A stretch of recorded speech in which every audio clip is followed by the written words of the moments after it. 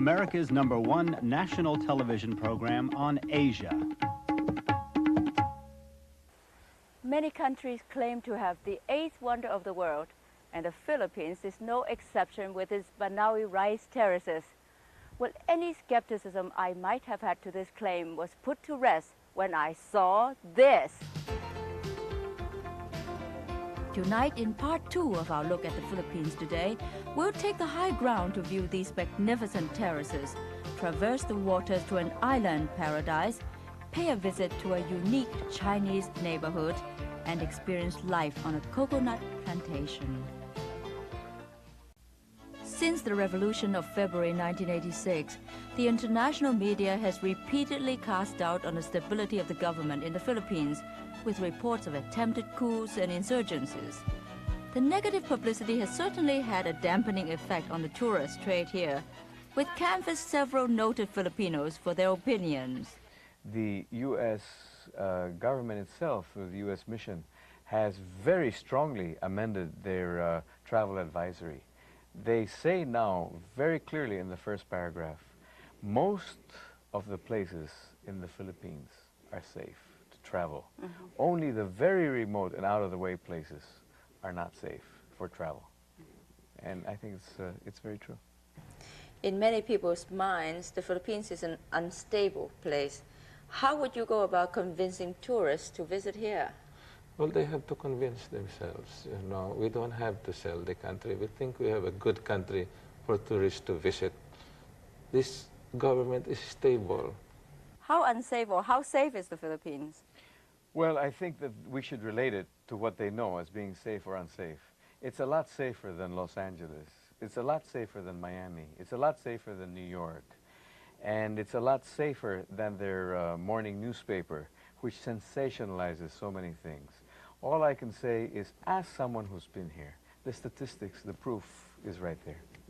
In spite of the fact that everybody thinks that everything's going wrong in the Philippines, and despite all the bad press we receive within our country and outside, I think the best thing about this country is that it really isn't what anybody else expects it to be.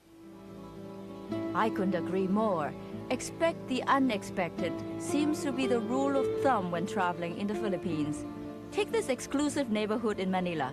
The real estate here may not be inordinately expensive, but the inhabitants here tend to be Chinese and extremely rich. One other thing, to qualify as a resident, you also have to be extremely dead.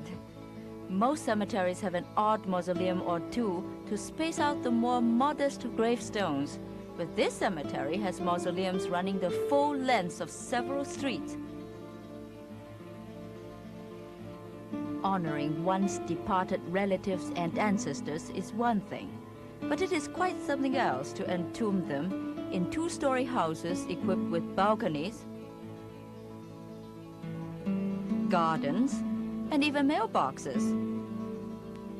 Workers are hired on a regular basis to maintain the grounds, and there are grocery stores open every day for visitors. The Chinese began arriving here in the 10th century, retaining their own traditions and culture to this day. If this cemetery proves anything, it is that the Chinese here are very wealthy and are idiosyncratic even in death. You've heard of the expression, better off dead? Well, here you have to be better off to be dead. If the inhabitants here are past caring about current events in the country, inhabitants of the next place we visited may care, but are so far removed from it all that it really doesn't matter. El Nido is a group of small islands located at the tip of the large island of Palawan.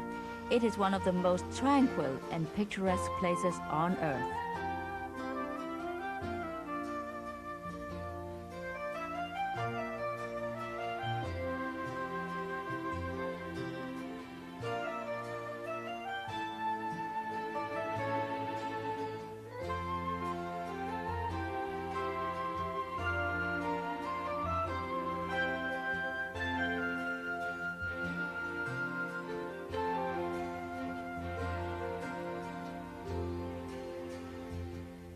There is a resort, serenely ensconced in the midst of all this natural beauty. But one hardly comes to a place like this looking for luxury accommodations. This is a place to go for long, leisurely boat rides and stop off at one of the scores of little islands for some shell picking. Or drop by another island to pick cashews. It was a surprise to me to learn that the popular nut comes from this funny-looking fruit, which is edible and quite tasty at that. The Spanish explorers who discovered these islands centuries ago named them El Nido after the sparrow's nest, hidden in the crevices of these black marble caves.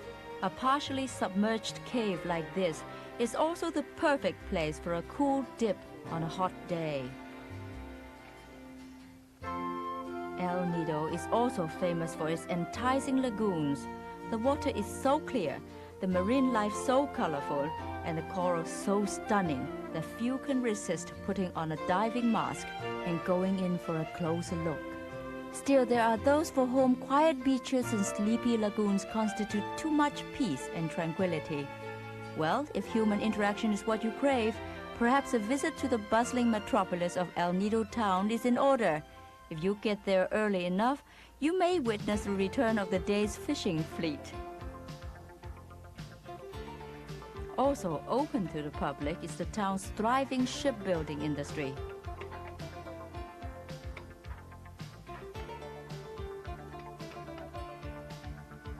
Main Street El Nido offers all the amenities of home. Restaurant, beauty parlor, dentist office, courthouse, church, five-star hotel, and an outdoor movie theater of sorts, with a diverse repertoire of kung fu films screened on a 19-inch TV set. And here's more fresh catch at the local seafood market. Squid by the bucketful. This is Tag Lobo oyster. The meat comes by the fistful and is almost as chewy. It makes you want to go out and catch some of your own. And the supply of fish in these waters seems almost inexhaustible. For the perfect end to a day at El Nido, go find yourself a deserted beach and treat yourself to a gorgeous sunset. Next time you hear someone say, tropical paradise, this is what you will probably think of. From a setting of natural beauty, we move to the man-made splendor of the Banaue rice terraces.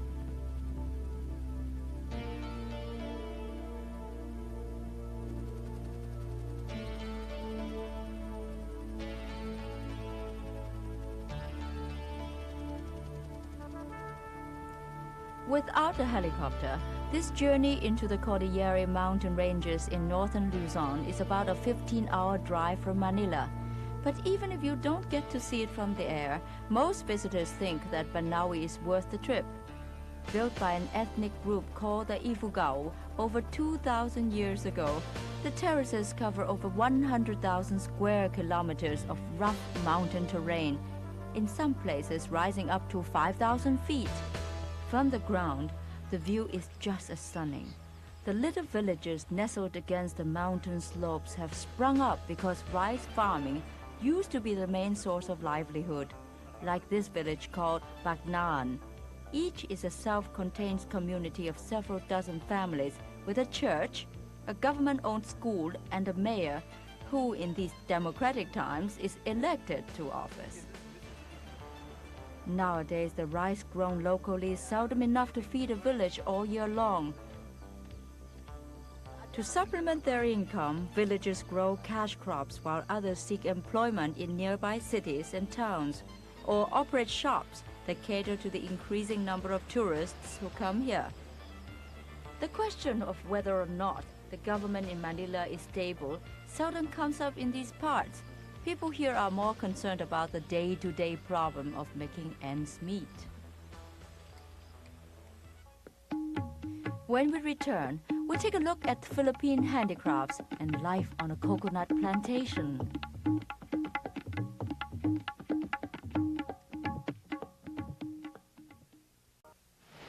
This busy thoroughfare in the Quiapo district of Manila is called, appropriately, Under the Bridge.